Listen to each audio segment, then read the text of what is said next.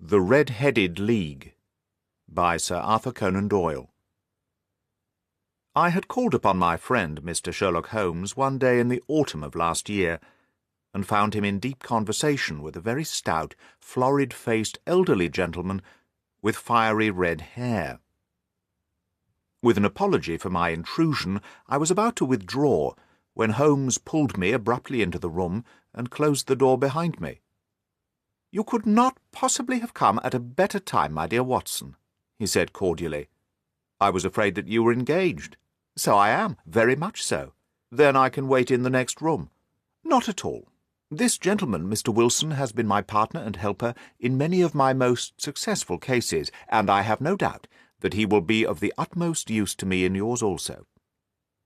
The stout gentleman half rose from his chair and gave a bob of greeting, with a quick little questioning glance from his small, fat-encircled eyes. "Try the settee," said Holmes, relapsing into his armchair, and pulling his fingertips together as was his custom when in judicial moods.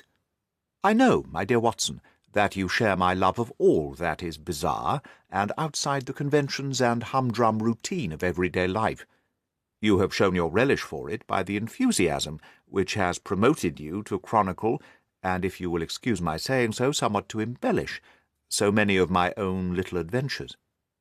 "Your cases have indeed been of the greatest interest to me," I observed. "You will remember that I remarked the other day, just before we went into the very simple problem presented by Miss Mary Sutherland, that for strange effects and extraordinary combinations we must go to life itself, which is always far more daring than any effort of the imagination. A proposition which I took the liberty of doubting. You did, Doctor, but nonetheless you must come round to my view, for otherwise I shall keep piling fact upon fact on you until your reason breaks down under them and acknowledges me to be right. Now, Mr. Jabez Wilson here has been good enough to call upon me this morning and to begin a narrative, which promises to be one of the most singular which I have listened to for some time. You have heard me remark that the strangest and most unique things are very often connected not only with the larger, but with the smaller crimes, and occasionally, indeed, where there is room for doubt whether any positive crime has been committed. As far as I have heard, it is impossible for me to say whether the present case is an instance of crime or not, but the course of events is certainly among the most singular that I have ever listened to. Perhaps, Mr. Wilson, you would have great kindness to recommence your narrative. I ask you not merely because my friend Dr. Watson has not heard the opening part, but also because the peculiar nature of the story makes me anxious to have every possible detail from your lips. As a rule, when I have heard some slight indication of the course of events, I am able to guide myself by the thousands of other similar cases which occur to my memory. In the present instance, I am forced to admit that the facts are, to the best of my belief, unique." The portly client puffed out his chest with an appearance of some little pride, and pulled a dirty and wrinkled newspaper from the inside pocket of his greatcoat. As he glanced down the advertisement column, with his head thrust forward and the paper flattened out upon his knee, I took a good look at the man, and endeavoured, after the fashion of my companion, to read the indications which might be presented by his dress or appearance. I did not gain very much, however, by my inspection. Our visitor bore every mark of being an average, commonplace British tradesman, obese, pompous, and slow. He wore rather baggy grey shepherd's check trousers, a not over-clean black frock-coat, unbuttoned in the front, and a drab waistcoat, with a heavy brassy Albert chain, and a square pierced bit of metal dangling down as an ornament. A frayed top hat and a faded brown overcoat with a wrinkled velvet collar lay upon a chair beside him. Altogether, look as I would, there was nothing remarkable about the man, save his blazing red head, and the expression of extreme chagrin and discontent upon his features.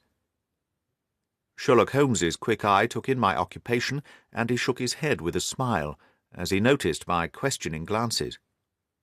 "Beyond the obvious facts that he has at some time done manual labour, that he takes snuff, that he is a Freemason, that he has been in China, and that he has done a considerable amount of writing lately, I can deduce nothing else." Mr. Jabez Wilson started up in his chair with his forefinger upon the paper, but his eyes upon my companion. "How, in the name of good fortune, did you know all that, Mr. Holmes?" he asked. "How did you know, for example, that I did manual labour? It's as true as gospel, and I began as a ship's carpenter." "Your hands, my dear sir. Your right hand is quite a size larger than your left. You have worked with it, and the muscles are more developed." "Well, the snuff, then, and the Freemasonry." "I won't insult your intelligence by telling you how I read that, especially as, rather against the strict rules of your order, you use an arc and compass breastpin." "Ah, of course. I forgot that. But the writing?" "What else can be indicated by that right cuff so very shiny for 5 inches, and the left one with the smooth patch near the elbow where you rest it upon the desk?" "Well, but China?" "The fish which you have tattooed immediately above your right wrist could only have been done in China. I have made a small study of tattoo marks, and have even contributed to the literature of the subject. That trick of staining the fish's scales of a delicate pink is quite peculiar to China. When, in addition, I see a Chinese coin hanging from your watch chain, the matter becomes even more simple." Mr. Jabez Wilson laughed heavily. "Well, I never," said he. "I thought at first you'd done something clever, but I see that there was nothing in it after all." "I begin to think, Watson," said Holmes, "that I make a mistake in explaining. Omne ignotum pro magnifico, you know, and my poor little reputation, such as it is, will suffer shipwreck if I am so candid." "Can you not find the advertisement, Mr. Wilson?"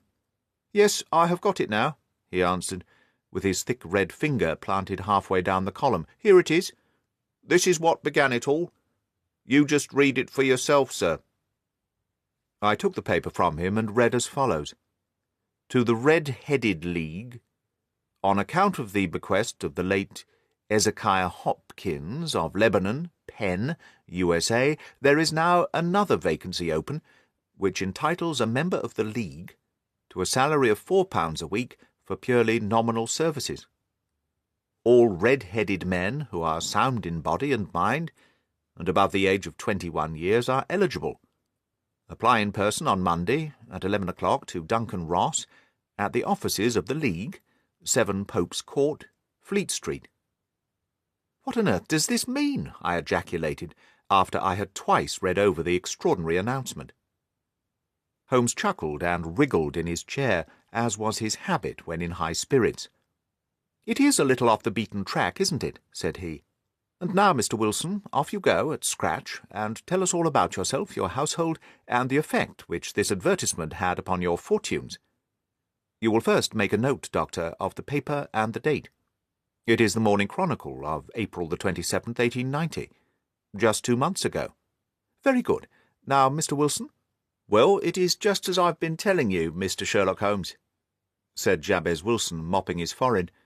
"I have a small pawnbroker's business at Coburg Square, near the city. It's not a very large affair, and of late years it has not done more than just give me a living.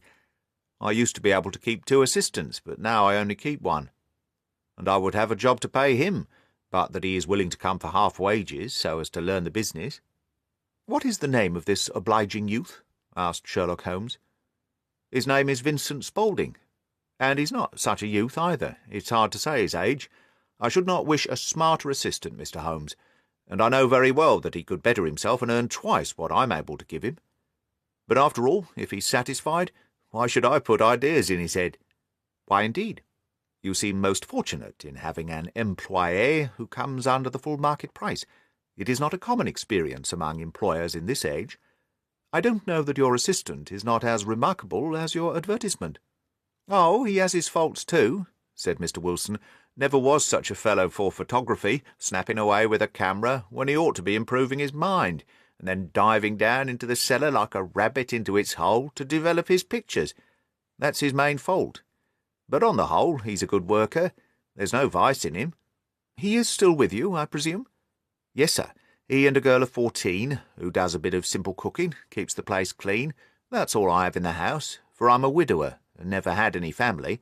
We live very quietly, sir, the 3 of us, and we keep a roof over our heads, and pay our debts if we do nothing more. The first thing that put us out was that advertisement.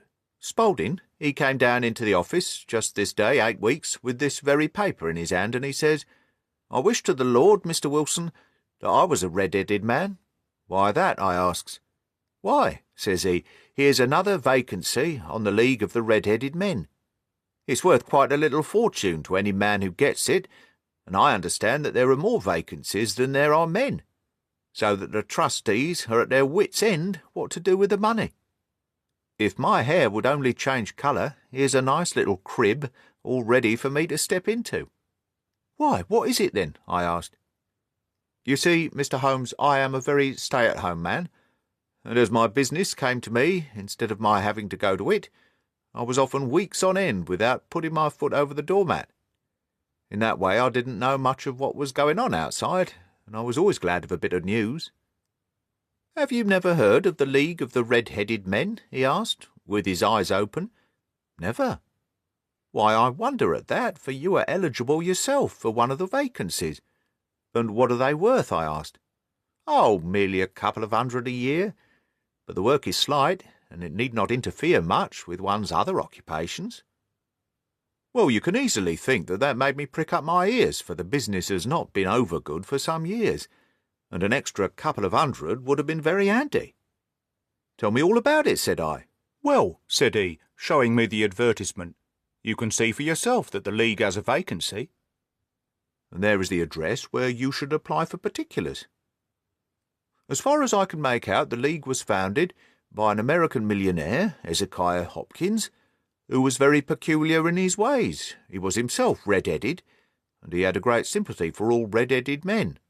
So when he died, it was found that he had left his enormous fortune in the hands of trustees, with instructions to apply the interest to providing of easy berths to men whose hair is of that colour.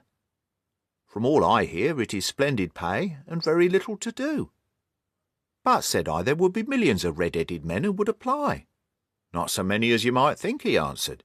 'You see, it is really confined to Londoners and to grown men. This American had started from London when he was young, and he wanted to do the old town a good turn. Then again, I have heard it is no use your applying if your hair is light red or dark red, or anything but real bright, blazing, fiery red.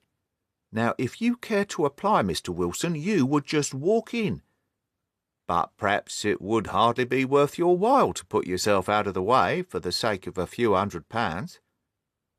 Now, it is a fact, gentlemen, as you may see for yourselves, that my hair is of a very full and rich tint, so that it seemed to me that if there was to be any competition in the matter, I stood as good a chance as any man that I have ever met. Vincent Spaulding seemed to know so much about it that I thought he might prove useful, so I just ordered him to put up the shutters for the day and to come right away with me. He was very willing to have a holiday, so we shut the business up and started off for the address that was given us in the advertisement. I never hope to see such a sight as that again, Mr. Holmes. From north, south, east, and west, every man who had a shade of red in his hair had tramped into the city to answer the advertisement. Fleet Street was choked with red-headed folk, and Pope's Court looked like a coster's orange barrow.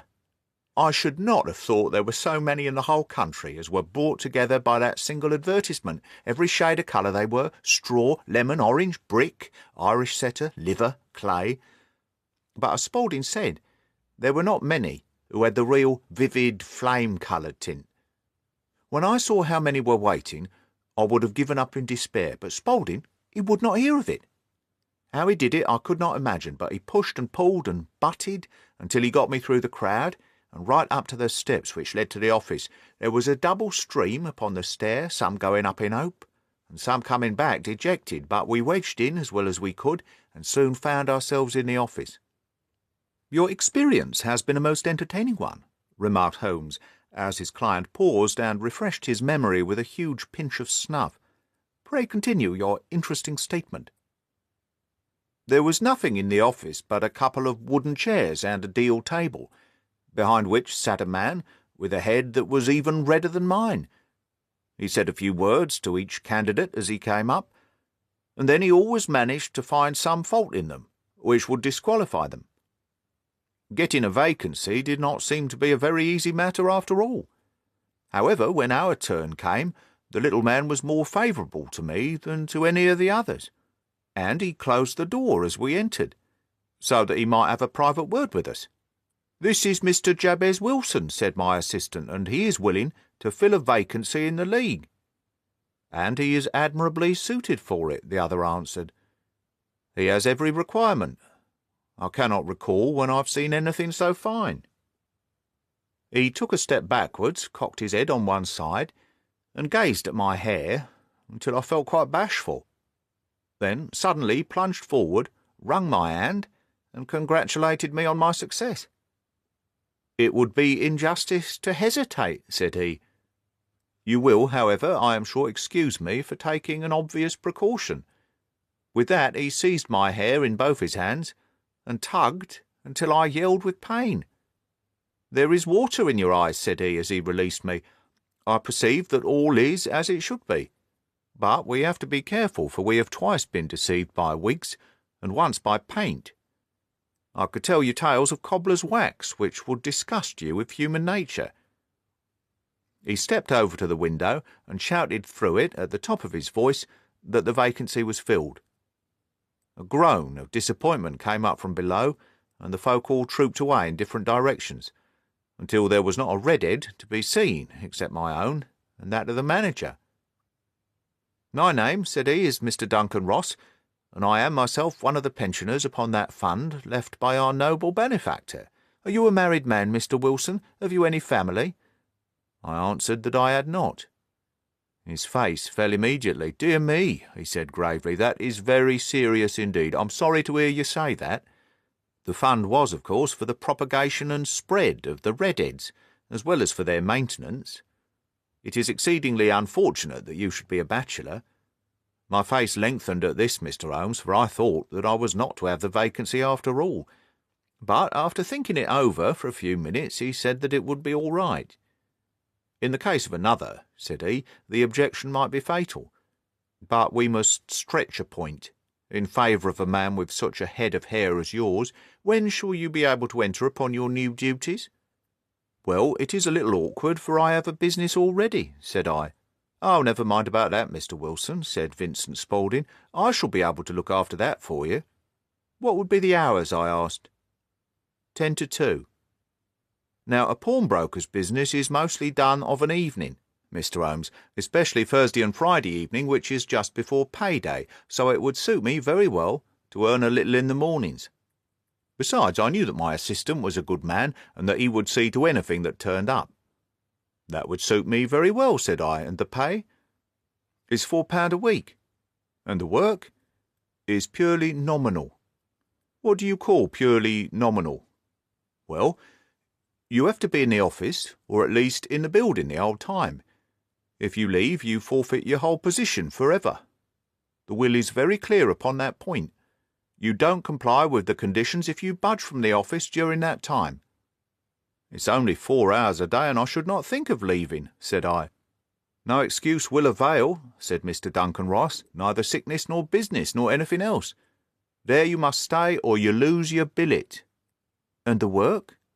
"Is to copy out the Encyclopaedia Britannica.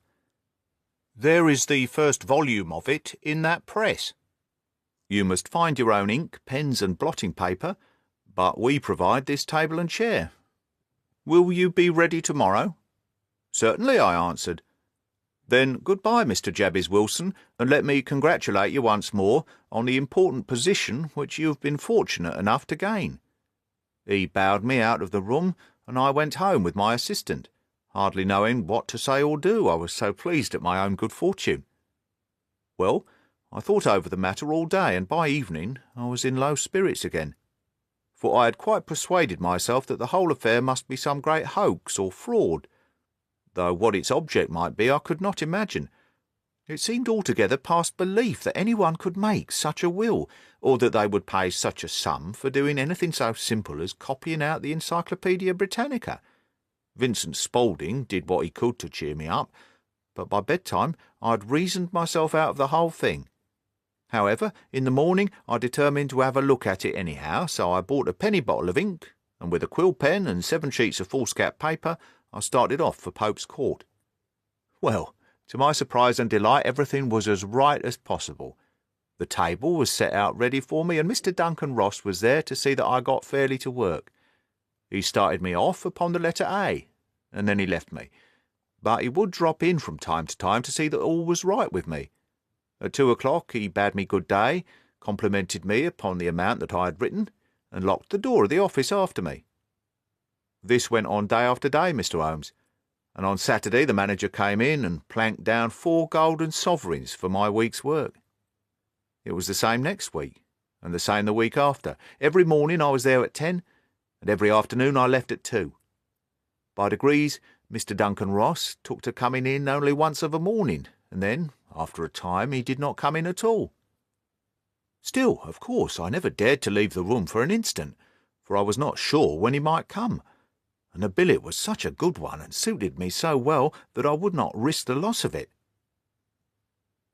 8 weeks passed away like this, and I had written about abbots and archery and armour and architecture and Attica, and hoped with diligence that I might get on the bees before very long. It cost me something in foolscap, and I had pretty nearly filled a shelf with my writings. And then suddenly the whole business came to an end. To an end? Yes, sir, and no later than this morning.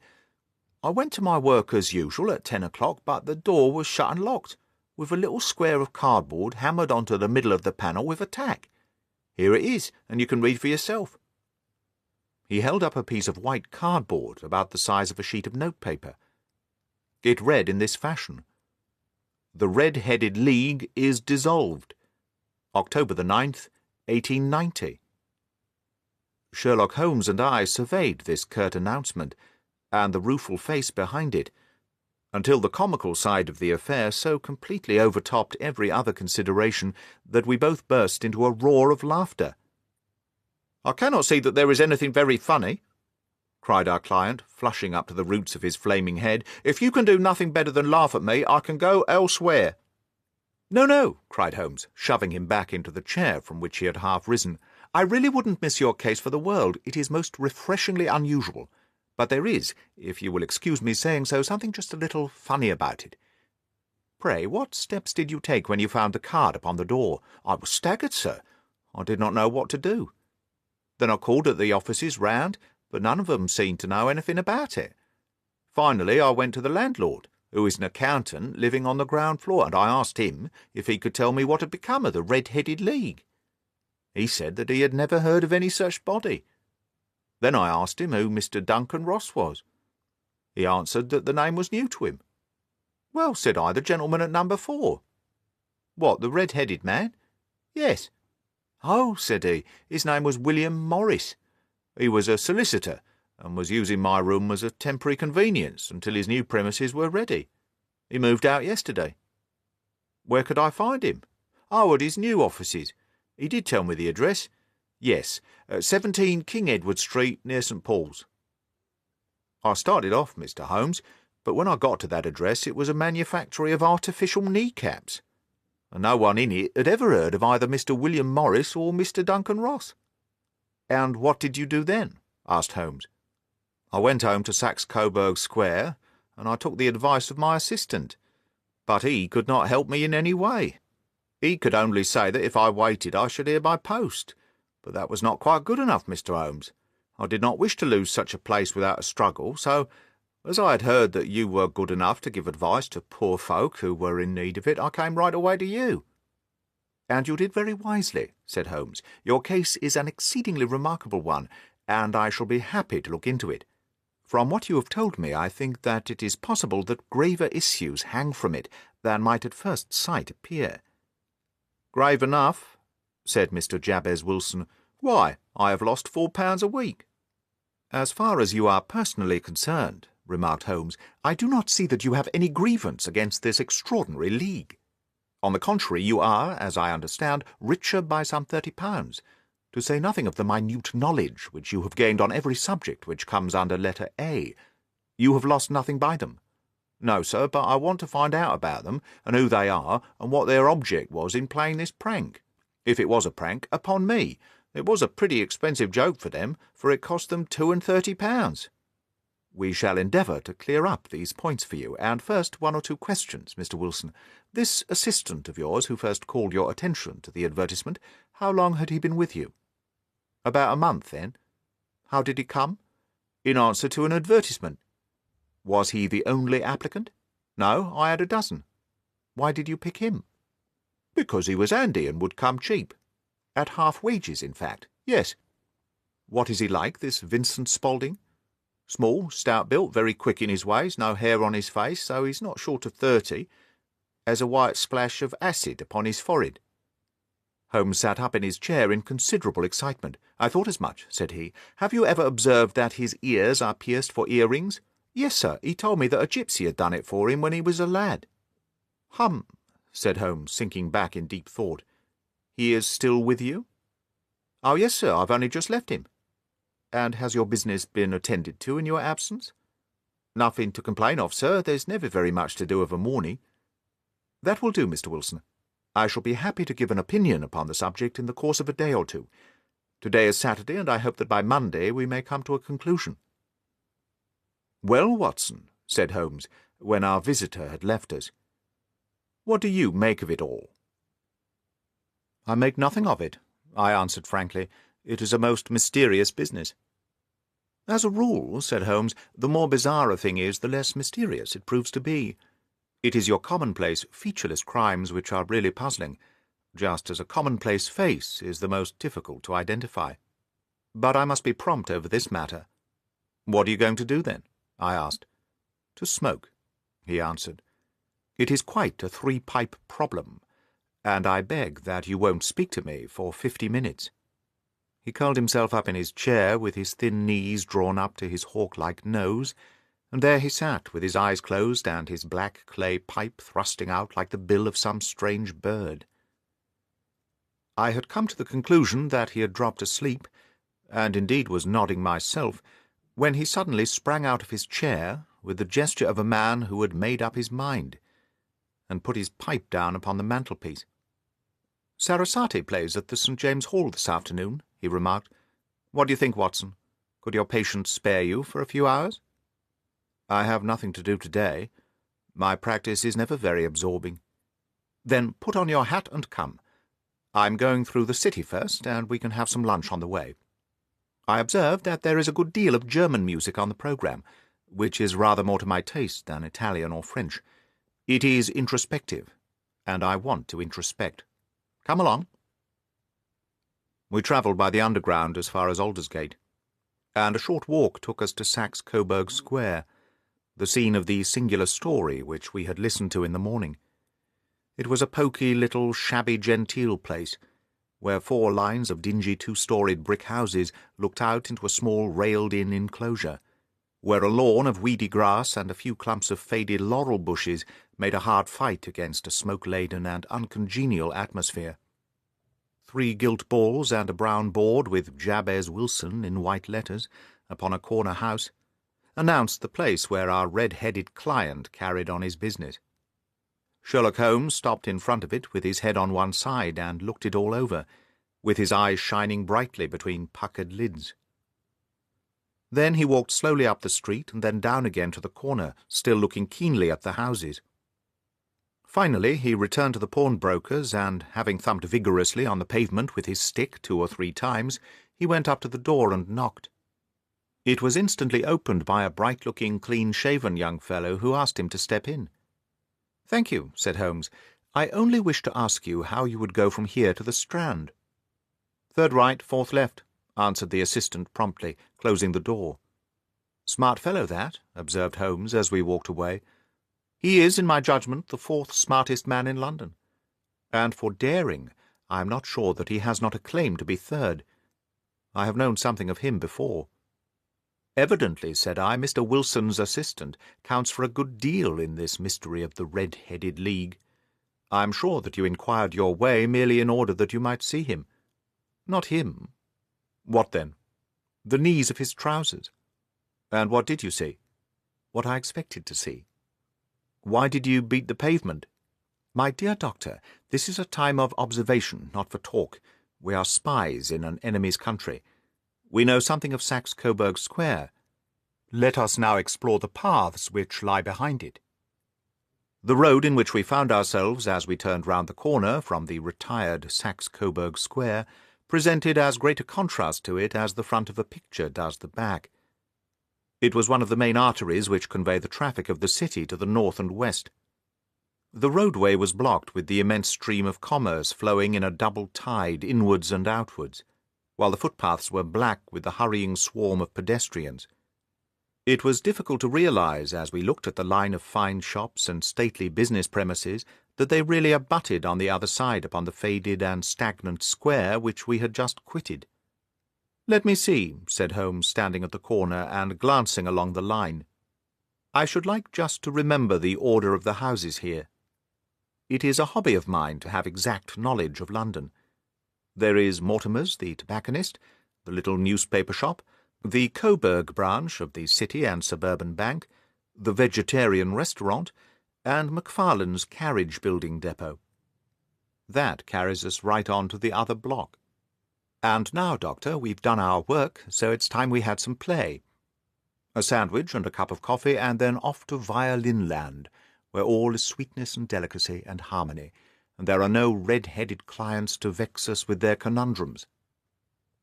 My friend was an enthusiastic musician, being himself not only a very capable performer, but a composer of no ordinary merit.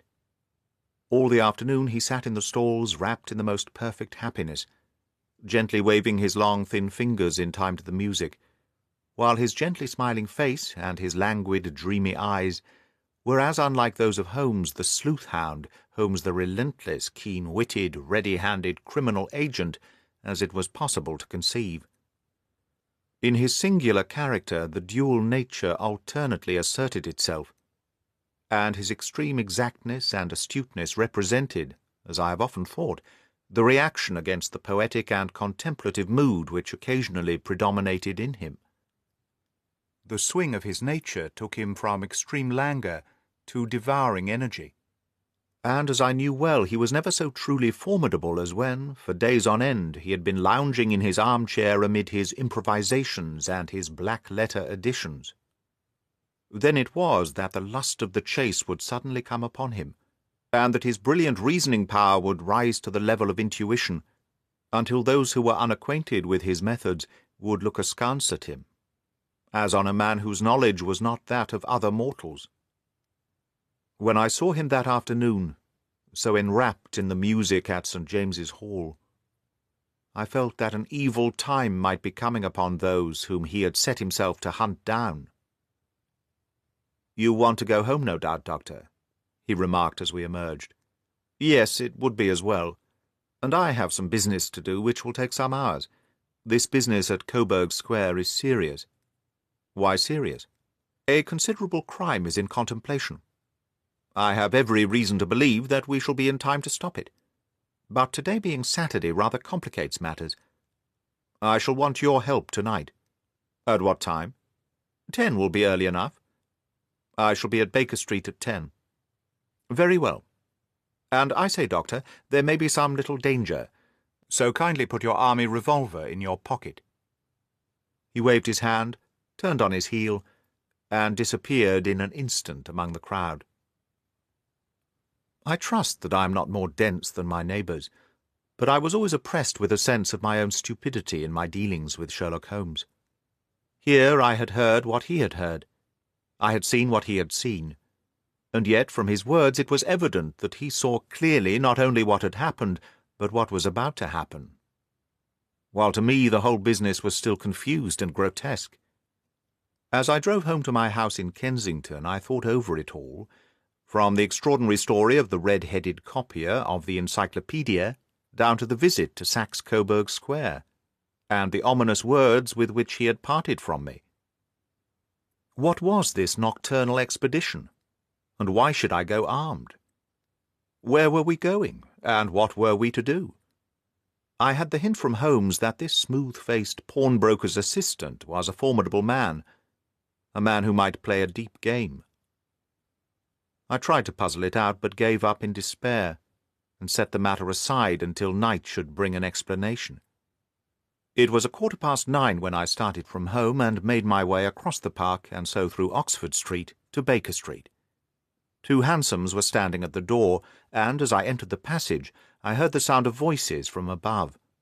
On entering his room, I found Holmes in animated conversation with 2 men, one of whom I recognized as Peter Jones, the official police agent, while the other was a long, thin, sad-faced man with a very shiny hat and oppressively respectable frock-coat. "Ha! Our party is complete," said Holmes, buttoning up his pea jacket and taking his heavy hunting crop from the rack. "Watson, I think you know Mr. Jones of Scotland Yard. Let me introduce you to Mr. Merryweather, who is to be our companion in tonight's adventure." "We're hunting in couples again, Doctor, you see," said Jones in his consequential way. "Our friend here is a wonderful man for starting a chase. All he wants is an old dog to help him do the running down. I hope a wild goose may not prove to be the end of our chase," observed Mr. Merryweather gloomily. "You may place considerable confidence in Mr. Holmes, sir," said the police agent loftily. "He has his own little methods, which are, if he won't mind me saying so, just a little too theoretical and fantastic, but he has the makings of a detective in him. It is not too much to say that once or twice, as in that business of the Sholto murder and the Agra treasure, he has been more nearly correct than the official force." "Oh, if you say so, Mr. Jones, it is all right," said the stranger with deference. "Still, I confess that I miss my rubber. It is the first Saturday night for 27 years that I have not had my rubber." "I think you will find," said Sherlock Holmes, "that you will play for a higher stake tonight than you have ever done yet, and that the play will be more exciting. For you, Mr. Merryweather, the stake will be some £30,000, and for you, Jones, it will be the man upon whom you wish to lay your hands." "John Clay, the murderer, thief, smasher, and forger? He's a young man, Mr. Merryweather, but he is at the head of his profession, and I would rather have my bracelets on him than on any criminal in London. He's a remarkable man, is young John Clay. His grandfather was a royal duke, and he himself has been to Eton and Oxford. His brain is as cunning as his fingers, and though we meet signs of him at every turn, we never know where to find the man himself. He'll crack a crib in Scotland one week, and be raising money to build an orphanage in Cornwall the next. I've been on his tracks for years, and have never set eyes on him yet. I hope that I may have the pleasure of introducing you tonight. I've had 1 or 2 little turns also with Mr. John Clay, and I agree with you that he is at the head of his profession. It is past 10, however, and quite time we started. If you 2 will take the first hansom, Watson and I will follow in the second." Sherlock Holmes was not very communicative during the long drive, and lay back in the cab humming the tunes which we had heard in the afternoon. We rattled through an endless labyrinth of gaslit streets until we emerged into Farringdon Street. "We are close there now," my friend remarked. "This fellow Merryweather is a bank director, and personally interested in the matter. I thought it as well to have Jones with us also. He's not a bad fellow, though an absolute imbecile in his profession. He has one positive virtue. He is as brave as a bulldog, and as tenacious as a lobster, if he gets his claws upon anyone. Here we are, and they are waiting for us." We had reached the same crowded thoroughfare in which we had found ourselves in the morning. Our cabs were dismissed, and following the guidance of Mr. Merryweather, we passed down a narrow passage and through a side door which he opened for us. Within there was a small corridor which ended in a very massive iron gate. This also was opened, and led down a flight of winding stone steps, which terminated at another formidable gate. Mr. Merryweather stopped to light a lantern, and then conducted us down a dark, earth-smelling passage, and so, after opening a third door, into a huge vault or cellar, which was piled all round with crates and massive boxes. "You are not very vulnerable from above," Holmes remarked, as he held up the lantern and gazed about him. "Nor from below," said Mr. Merryweather, striking his stick upon the flags which lined the floor. "Why, dear me, it sounds quite hollow," he remarked, looking up in surprise. "I must really ask you to be a little more quiet," said Holmes severely. "You have already imperilled the whole success of our expedition.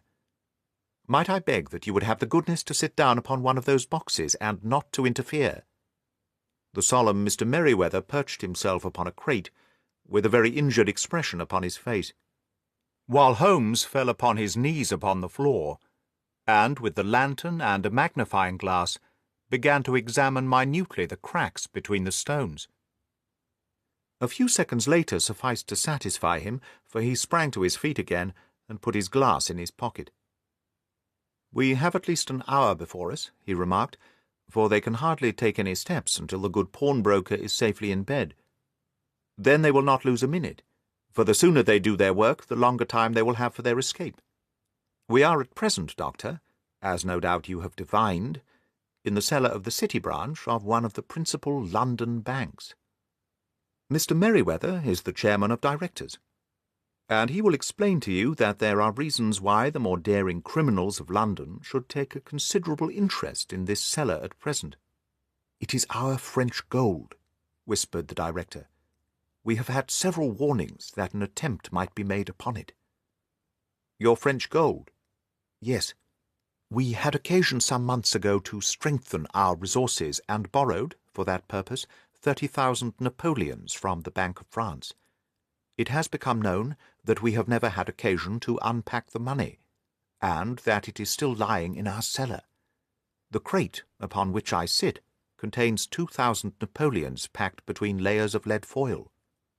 Our reserve of bullion is much larger at present than is usually kept in a single branch office, and the directors have had misgivings upon the subject." "Which were very well justified," observed Holmes. "And now it is time that we arranged our little plans.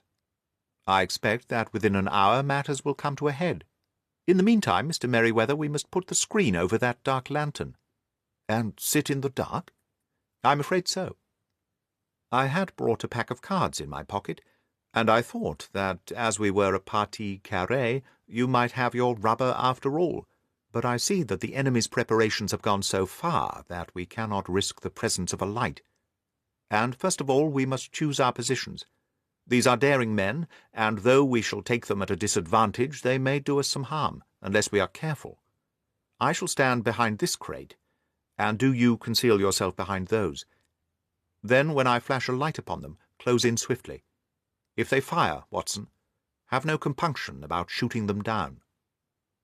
I placed my revolver cocked upon the top of the wooden case behind which I crouched. Holmes shot the slide across the front of his lantern, and left us in pitch darkness. Such an absolute darkness as I have never before experienced. The smell of hot metal remained, to assure us that the light was still there, ready to flash out at a moment's notice. To me, with my nerves worked up to a pitch of expectancy, there was something depressing and subduing in the sudden gloom, and in the cold, dank air of the vault. "They have but one retreat," whispered Holmes. "That is back through the house into Saxe-Coburg Square. I hope that you have done what I asked you, Jones." "I have an inspector and 2 officers waiting at the front door." "Then we have stopped all the holes, and now we must be silent and wait." What a time it seemed! From comparing notes afterwards, it was but an hour and a quarter. Yet it appeared to me that the night must have almost gone, and the dawn be breaking above us. My limbs were weary and stiff, for I feared to change my position. Yet my nerves were worked up to the highest pitch of tension, and my hearing was so acute that I could not only hear the gentle breathing of my companions, but I could distinguish the deeper, heavier in-breath of the bulky Jones from the thin, sighing note of the bank director. From my position I could look over the case in the direction of the floor. Suddenly my eyes caught the glint of a light. At first it was but a lurid spark upon the stone pavement. Then it lengthened out until it became a yellow line, and then, without any warning or sound, a gash seemed to open, and a hand appeared, a white, almost womanly hand, which felt about in the centre of the little area of light. For a moment or more the hand, with its writhing fingers, protruded out of the floor. Then it was withdrawn as suddenly as it appeared, and all was dark again save the single lurid spark, which marked a chink between the stones. Its disappearance, however, was but momentary. With a rending, tearing sound, one of the broad white stones turned over upon its side and left a square gaping hole, through which streamed the light of a lantern. Over the edge there peeped a clean-cut, boyish face, which looked keenly about it, and then, with a hand on either side of the aperture, drew itself shoulder-high and waist-high, until one knee rested upon the edge. In another instant he stood at the side of the hole, and was hauling after him a companion, lithe and small like himself, with a pale face and a shock of very red hair. "It's all clear," he whispered. "Have you the chisel and the bags?" "Great Scott! Jump, Archie, jump, and I'll swing for it." Sherlock Holmes had sprung out and seized the intruder by the collar. The other dived down the hole, and I heard the sound of rending cloth as Jones clutched at his skirts. The light flashed upon the barrel of a revolver, but Holmes's hunting crop came down on the man's wrist, and the pistol clinked upon the stone floor. "It's no use, John Clay," said Holmes blandly. "You have no chance at all." "So I see," the other answered with the utmost coolness. "I fancy that my pal is all right, though I see that you have got his coat-tails." "There are 3 men waiting for him at the door," said Holmes. "Oh, indeed. You seem to have done the thing very completely. I must compliment you." "And I you," Holmes answered. "Your red-headed idea was very new and effective." "You'll see your pal again presently," said Jones. "He's quicker at climbing down holes than I am. Just hold out while I fix the derbies." "I beg that you will not touch me with your filthy hands," remarked our prisoner, as the handcuffs clattered upon his wrists. "You may not be aware that I have royal blood in my veins. Have the goodness also, when you address me, always to say sir and please." "All right," said Jones, with a stare and a snigger. "Well, would you please, sir, march upstairs, where we can get a cab to carry your highness to the police station?"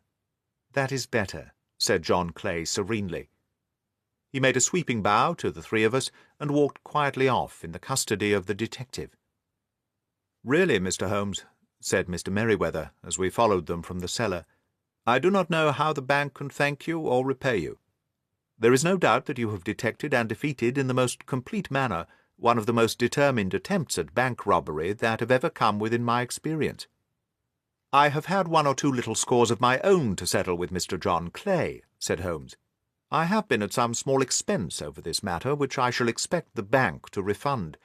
But beyond that I am amply repaid by having had an experience which is in many ways unique, and by hearing the very remarkable narrative of the Red-Headed League." "You see, Watson," he explained in the early hours of the morning, as we sat over a glass of whisky and soda in Baker Street, "it was perfectly obvious from the first that the only possible object of this rather fantastic business of the advertisement of the League and the copying of the encyclopedia must be to get this not over-bright pawnbroker out of the way for a number of hours every day. It was a curious way of managing it, but really it would be difficult to suggest a better. The method was no doubt suggested to Clay's ingenious mind by the colour of his accomplice's hair. The £4 a week was a lure which must draw him, and what was it to them, who were playing for thousands? They put in the advertisement. One rogue has the temporary office, the other rogue incites the man to apply for it, and together they managed to secure his absence every morning in the week. From the time that I heard of the assistant having come for half wages, it was obvious to me that he had some strong motive for securing the situation. But how could you guess what the motive was? Had there been women in the house, I should have suspected a mere vulgar intrigue. That, however, was out of the question. The man's business was a small one, and there was nothing in his house which could account for such elaborate preparations and such an expenditure as they were at. It must then be something out of the house. What could it be? I thought of the assistant's fondness for photography and his trick of vanishing into the cellar. The cellar! There was the end of this tangled clue. Then I made inquiries as to this mysterious assistant, and found that I had to deal with one of the coolest and most daring criminals in London. He was doing something in the cellar, something which took many hours a day for months on end. What could it be, once more? I could think of nothing, save that he was running a tunnel to some other building. So far I had got, when we went to visit the scene of action. I surprised you by beating upon the pavement with my stick. I was ascertaining whether the cellar stretched out in front or behind. It was not in front. Then I rang the bell, and, as I hoped, the assistant answered it. We have had some skirmishes, but we had never set eyes on each other before. I hardly looked at his face.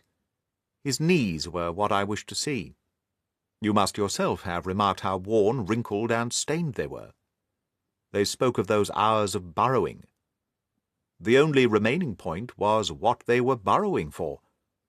I walked round the corner, saw that the City and Suburban Bank abutted on our friend's premises, and felt that I had solved my problem.